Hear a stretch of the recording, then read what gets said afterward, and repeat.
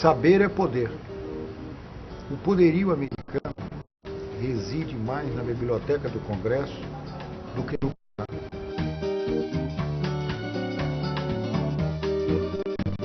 Eu acho que se justifica um evento desta natureza e muito produtivo e muito importante para promover uma maior compreensão das questões, para que precisões sejam aportadas, para que fenômenos políticos, econômicos, sociais, culturais sejam compreendidos sem aproximações, sem distorções, sem que haja o viés do preconceito e em toda a sua realidade.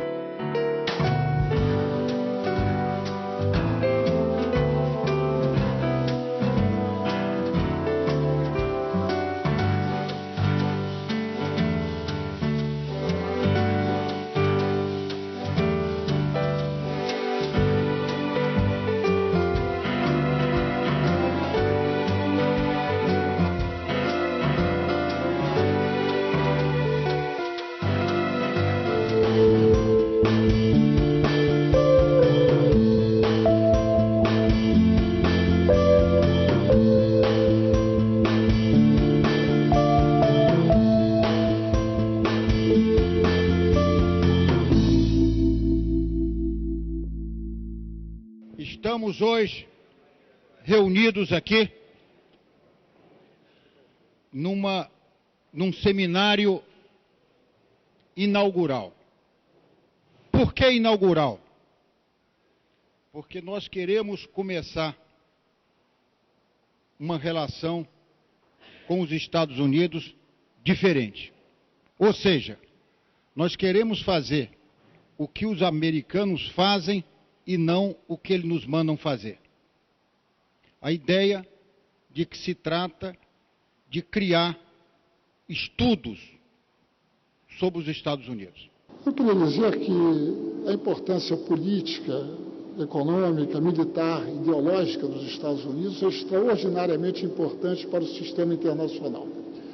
Vejamos, do ponto de vista político, os Estados Unidos não só são o principal membro permanente, somente permanente do Conselho de Segurança, órgão que monopoliza o uso da força a nível mundial, né?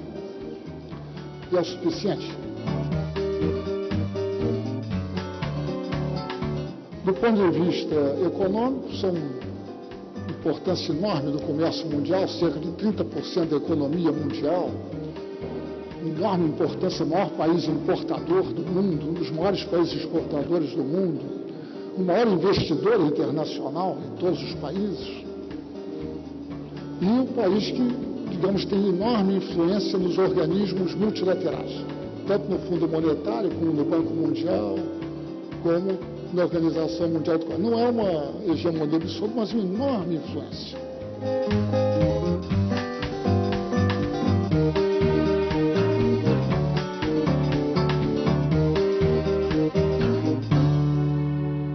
O Brasil precisa conhecer o restante do mundo.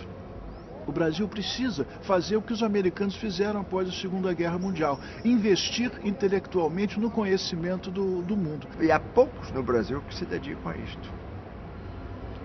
A Universidade Brasileira só agora começa a se interessar pelas relações internacionais e pelo estudo de outros países. A ideia é trazer destacados acadêmicos, né, que têm se interessado por Estados Unidos, alguns têm escrito livros sobre o assunto, e também alguns especialistas norte-americanos que representam diferentes tendências de opinião e diferentes visões do próprio Estados Unidos, para se manter um diálogo entre visões brasileiras e visões norte-americanas.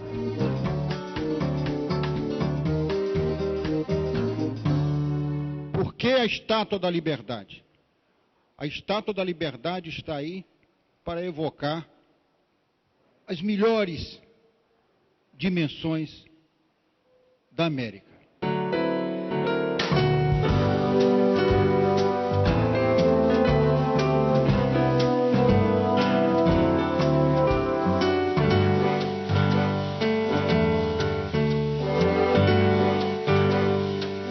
Represents freedom and an opportunity for people to come to the United States and that we have a society there that will empower individuals to make their lives, to become prosperous, to be free, to do what they want.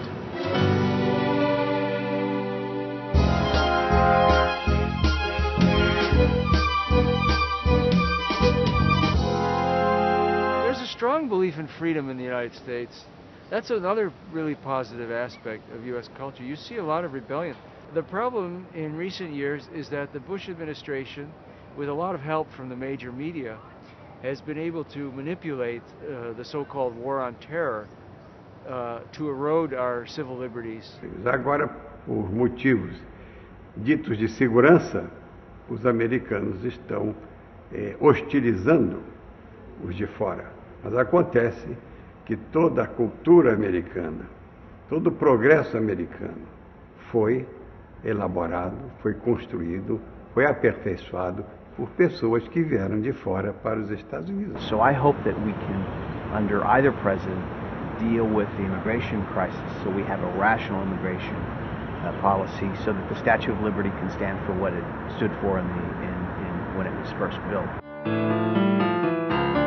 The American civic culture draws on the civic cultures of the many different peoples that made up the United States of America.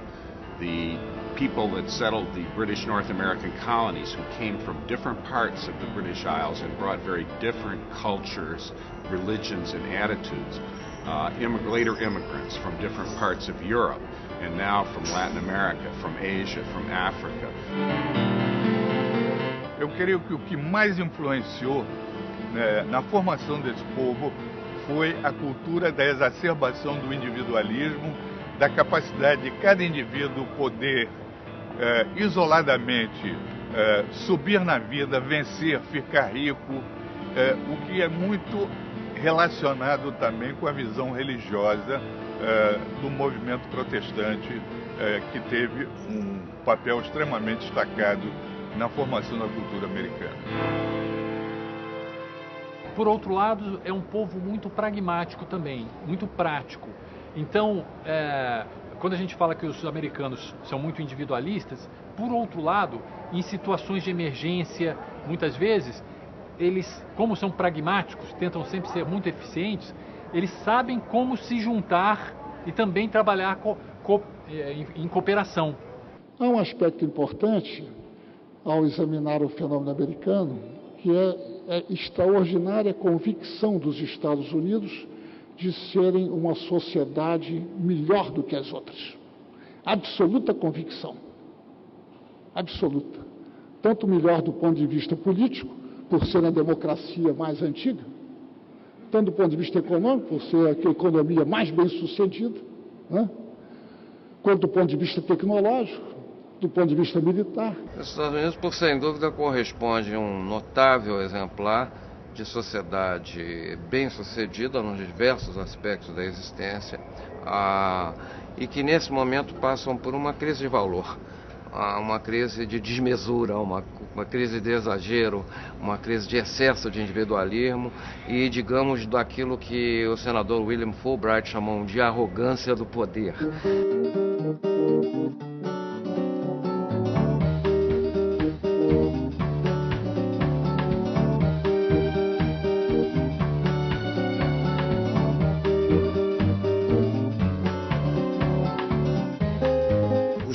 Uma espécie de paradigma, é a primeira democracia do mundo. Claro, eles eram uma espécie de país que todo mundo tinha que imitar. O American Way of Life era para ser imitado e a democracia deles era melhor, etc, etc. Quando você chega numa situação em que você tem dúvidas sobre o resultado das eleições que podem ter falsificado, você tem dúvidas se os lobbies no Congresso e os lobbies financeiros não estão permeando os interesses do Estado de tal maneira que deixa qualquer corrupção menor parecendo uma brincadeira. E por outro lado, você perde prestígio com uma política de expansão militar unilateral, sem ser apoiada pelos sócios, quer dizer, a Europa não apoia, o Japão também não apoia, fica enlouquecido. Isso tudo afeta muito o prestígio dos Estados Unidos como país líder, como país exemplar. Eu estudei nos Estados Unidos, fiz meu doutorado lá, me considero meio americanófilo por conta da minha trajetória, e eu desde 2001 eu me vejo falando um pouco mal dos Estados Unidos, da política externa, etc. E eu imagino, se eu estou falando tão mal, imagina alguém de um país muçulmano ou de um outro país tradicionalmente antagônico aos Estados Unidos por razões culturais, como é que essa pessoa deveria estar se sentindo?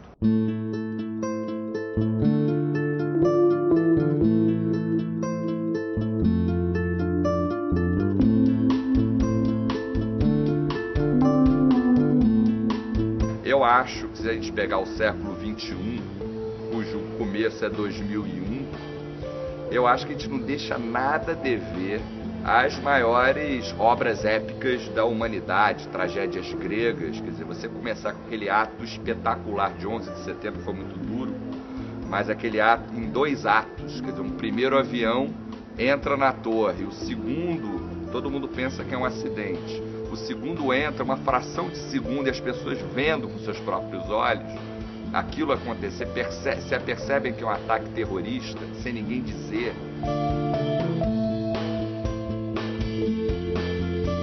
Depois o Bush, filho, vai lá e enfrenta de uma maneira até certo ponto voluntária, o pior inimigo de seu pai, mata os 2 filhos do pior inimigo de seu pai, o pega enfiado dentro de um buraco, o leva para a forca. Isso é alguma coisa que é a história contada daqui a 2000 anos, isso vai ser um lance espetacular, assim sim, se tratando da maior potência do mundo. Lógico que a presidência George W. Bush, ela aumentou o sentimento negativo com relação aos Estados Unidos, mas ao mesmo tempo você tem uma adesão à forma de vestir, aos filmes, às músicas, então você ainda mistura aquele poder ideológico com uma certa resistência.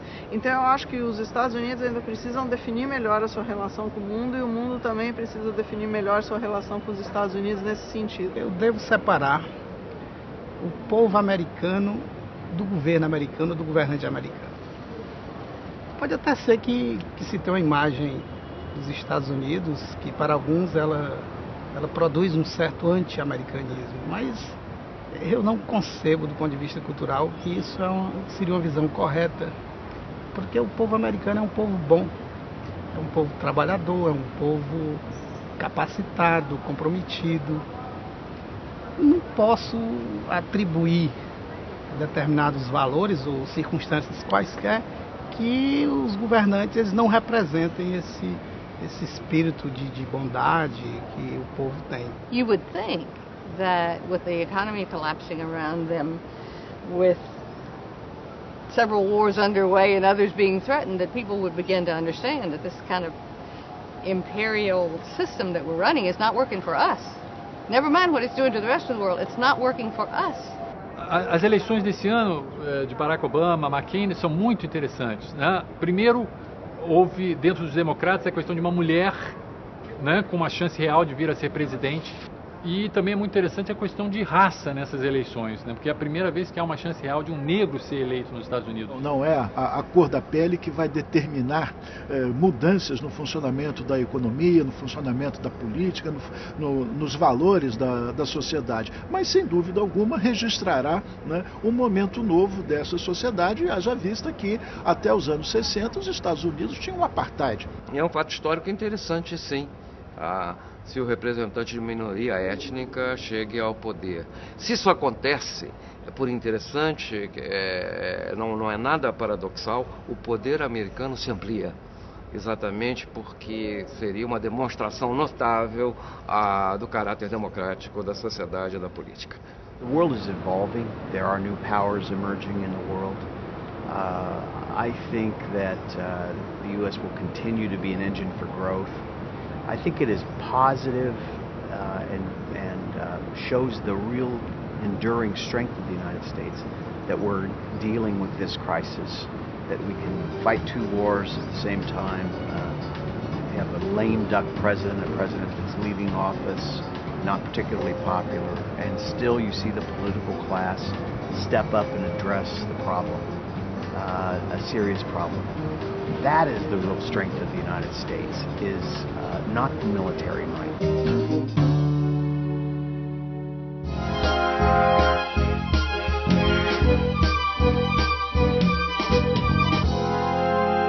A economia norte-americana é a mais pujante economia do mundo, é a economia com mais estruturada, né, mais diversificada, com maior capacidade tecnológica, mas passa por mudanças importantes. Uma das mudanças significativas, né, que nós podemos observar e, de certa maneira, está na raiz da atual crise financeira, né, é a desigualdade. A desigualdade crescente na sociedade americana se deve fundamentalmente a essa política dos governos republicanos recentes de trabalhar com a ideia de que a economia se fortalece na medida que você dá isenção de impostos para ativar o funcionamento do sistema econômico. Quer dizer, o crescimento econômico viria por um estímulo do lado que os americanos chamam da economia da oferta.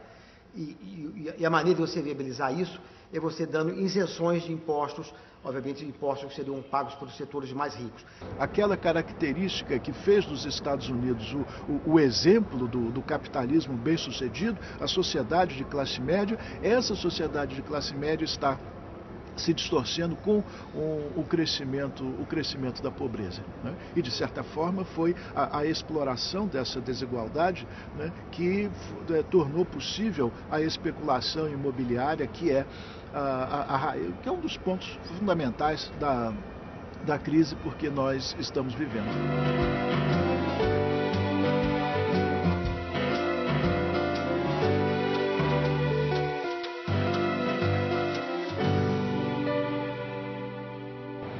E essa crise, ela tem muito a ver com uma certa desregulamentação dos mercados nos Estados Unidos, que vem acontecendo, um processo que vem acontecendo desde a década de 80, de Reagan, até aqui. O resultado é esse, o Estado vai ter que intervir. Está intervindo. Quem paga a conta, obviamente, é a população, porque do ponto de vista fiscal, haverá necessariamente um aumento de carga tributária. A crise de 2007, 2008 é completamente diferente de 29, de 82, de todas as crises anteriores, porque ela não é fruto do ciclo econômico, ela não é fruto de problemas estruturais, ela é fruto do mau funcionamento do sistema financeiro estimulado pela desregulamentação promovida no passado. Até algum tempo atrás, predominava entre nós os fanáticos do mercado, não é? Que faziam o elogio do mercado e condenavam qualquer tipo de ação do Estado no domínio da economia. Então é o caso de perguntar onde está essa gente hoje, não é? Certamente essa crise financeira encerra a ideologia neoliberal. Certamente encerra, na medida em que o grau de intervenção do Estado para resolver a crise financeira faz com que a ideologia neoliberal fique totalmente abalada. If we are going to have to do something on the order of putting out $1 trillion more to bail out some of these people, it could be done in such a way that the government gets control again of a lot of our resources, that we actually do take care of the people who would be otherwise on the street with some new housing, that we actually do collect the interest that might otherwise have gone to banks and use it to set up a national health care system. I mean, there's so much that could be done if we could get back control of our national economy. We, the people. I don't mean just government, but the people, you know. 48% of Americans do not have any stocks whatsoever, even in their retirement account, and most of the rest have very little, and they've already lost most of their savings. There was equity in their homes. So this is what is going on in the United States right now, and that's why it's taking this time to resolve. And I think it's important to understand that, because the leadership of the Democratic Party, I'm sorry to have to say this, but here it won't be as controversial. they are very close to Wall Street. You know, this is a serious problem. This is Obama's problem. He could ride this crisis all the way to the White House if it wasn't for Bob Rubin, okay, the Clinton's Treasury Secretary, also from Goldman Sachs. You know, one of the demands that people are already saying for the Obama administration is, we need a Treasury Secretary who is not from Wall Street. That's going to be one of the conditions. Como é que vai ser essa reestruturação econômica mundial agora? Não vai ser mais, não haverá mais um país com um nível de poder e de hegemonia que tinha os Estados Unidos em 45, 46. Então, necessariamente, vai ter que se ouvir o outro, se entender mais o outro, vai se ter que estruturar um mundo em que haverá múltiplos polos de poder. Então, vai ser uma reestruturação de maneira diferente e distinta. Não há dúvida de que está ocorrendo uma redistribuição de poder econômico no mundo. Isso aí, desde aquele estudo sobre os BRICS, ele previa que Brasil, Rússia, Índia, China, África do Sul, em menor medida, já deteriam um poder econômico quase comparável ao do G8 até a metade do século. E o que nós estamos presenciando é uma evolução até mais acelerada do que o previsto nessa direção. Esta crise econômica financeira acaba o status dos Estados Unidos como superpotência financeira. Agora a crise está começando. Ainda não está no fim, não. Porque essa é uma bolha, mas a bolha do orçamento vai explodir com consequências muito piores. Essa situação de crise pode ter um aspecto positivo. Terá um aspecto positivo na mudança de comportamento, mudança de atitude dos Estados Unidos em relação aos demais países, em relação às demais sociedades. Espero que a arrogância diminua. Espero que o respeito pelo outro aumente. Espero que a busca de compreensão se amplie, compreensão de como somos os outros que não estamos lá. E isso seria uma mudança extraordinária quanto à política que resulta da atitude e do comportamento americano.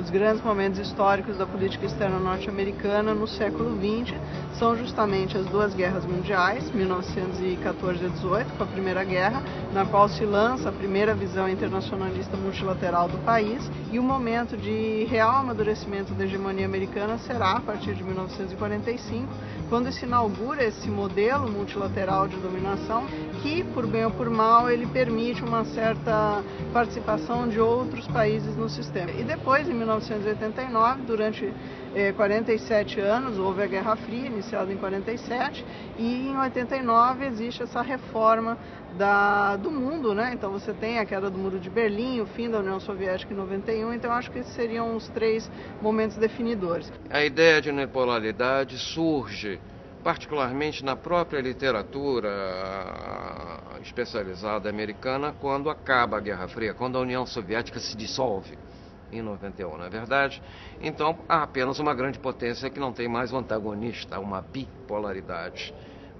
E a questão é como justificar uma projeção de poder tão forte, tão grande, militar, etc., num mundo onde não há um inimigo claro. Depois da derrocada da União Soviética, eles acharam que estavam sozinhos. E aí começou a intervenção no Médio Oriente, descabelada.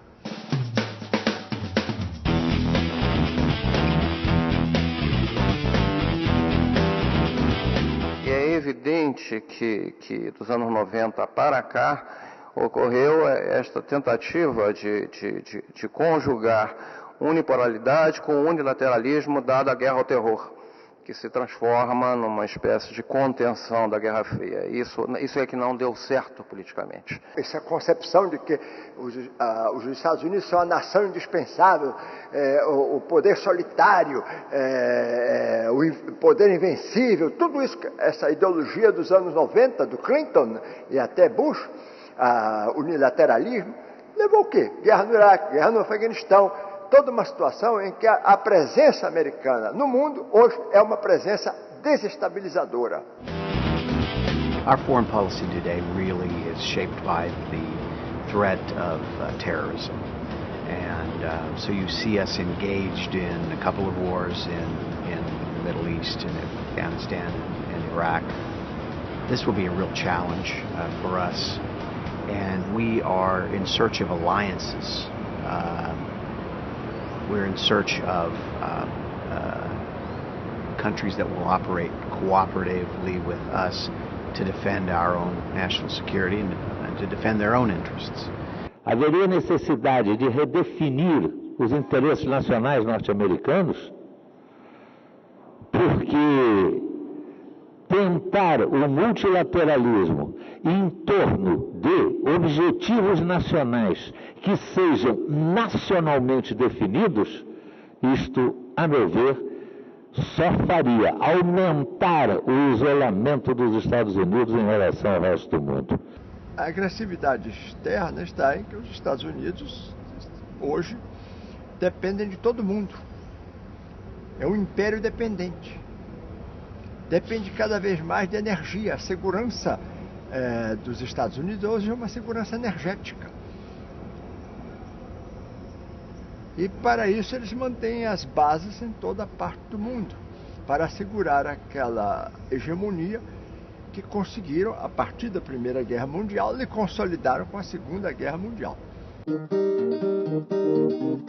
It will take many years for them to change.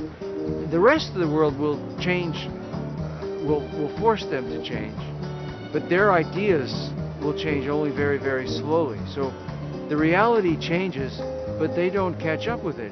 The United States has to rethink our position in the Western Hemisphere. This isn't the 40s or the 50s or the 60s.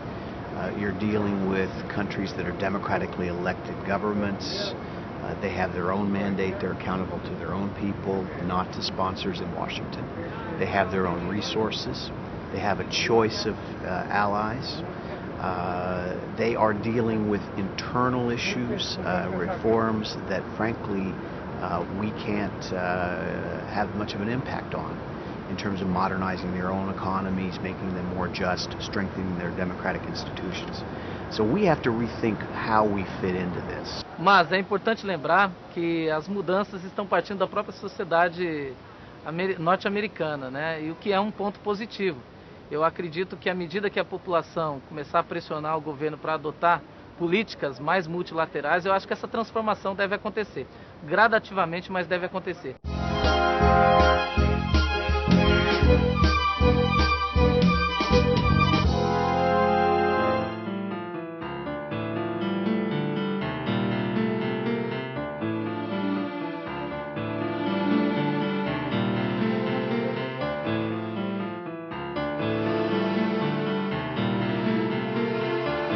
Eu vou dizer algo interessante. A importância da simpatia que tem a sociedade americana brasileira pela sociedade americana. Há uma enorme simpatia. Sempre que os Estados Unidos não se afastam daqueles princípios que são admirados no Brasil em referência aos Estados Unidos. Como o grande país que acolheu os imigrantes de todo o mundo, simbolizado pela Estátua da Liberdade, como um país que defende realmente a democracia e os direitos civis. Sempre que os Estados Unidos se afastam desses princípios, ocorre uma grande perplexidade na sociedade brasileira. The most positive thing about the United States, I think, is institutions, a culture of lawfulness. An expectation that your government works for you, but that you have responsibility for yourself to use the freedoms that you have to improve your own life. A capacidade que o americano tem de sentir orgulho do seu país. Então eu acho que o americano ele se identifica como americano, apesar, como eu disse, das fragmentações, mas são os Estados Unidos e eles têm essa visão da sua democracia e da sua república diferente do resto do mundo. Nós devemos prestar atenção no nacionalismo norte-americano, que se traduz nessa crença nas instituições, nessa fé do país e que move o país. I think the United States is one of the most creative publics in the world. I mean, the irony is that, you know, we started out wanting to supply the world with manufactured goods and primary products and all sorts of things. It turns out that what we really do the best job of selling is our culture. When it's really our culture, you know, when it's the real thing, when it's jazz or blues or southern gospel or country and western or well, a lot of pop is too, but things like musical comedy and so and there are traditions in literature like Steinbeck and some wonderful things in art and so forth. Como acadêmico, a coisa que é a minha maravilha nos Estados Unidos, quando eu vou lá, são as bibliotecas americanas. Os Estados Unidos, eles chamam gente do mundo inteiro, cérebros do mundo inteiro, e as bibliotecas são maravilhosas. Então, por isso que eles têm um nível tão alto tecnológico, etc. A grande marca do capitalismo americano, a meu ver, é justamente essa capacidade de inovação, esse investimento histórico na ciência e tecnologia, que mantém vivo e cria produtos os mais variados possíveis, como nós vemos, tipo do próprio computador pessoal e outras grandes inovações. Então, na verdade, esse espírito de inovação científica aplicada à produção, porque, veja bem, o Brasil tem um nível bem razoável de desenvolvimento científico e tecnológico. Qual o nosso problema? É que nós não conseguimos levar esse conhecimento científico e tecnológico a campo da produção, coisa que os Estados Unidos conseguiu já realizar há muitos anos. Então, a ideia de estudar os Estados Unidos é uma ideia, primeiro, que nasceu da fertilidade de estudar o fenômeno de desenvolvimento americano. Vamos estudar o americano, como eles se resolveram em termos de história.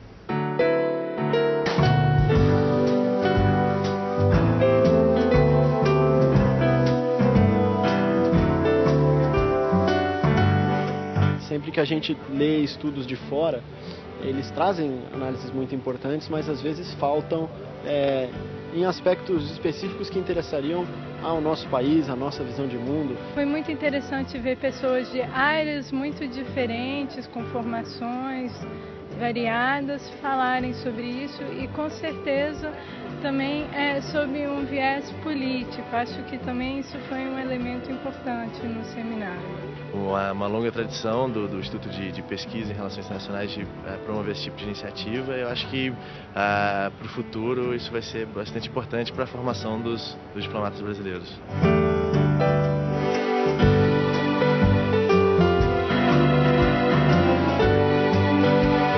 Na história da humanidade, você teve a grande contribuição dos gregos, foi a filosofia.